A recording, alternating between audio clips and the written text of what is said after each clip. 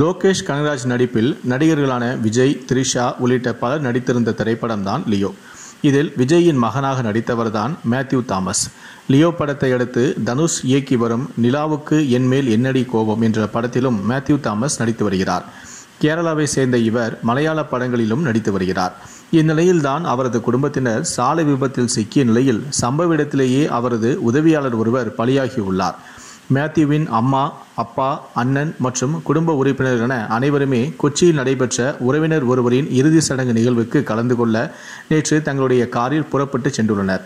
இறுதி சடங்கு நிகழ்வில் பங்கேற்றுவிட்டு திரும்பிய போது தேசிய நெடுஞ்சாலையில் மேத்யூ தாமஸ் குடும்பத்தினர் சென்ற கார் மதியம் 1 மணி அளவில் விபத்தில் சிக்கியுள்ளது.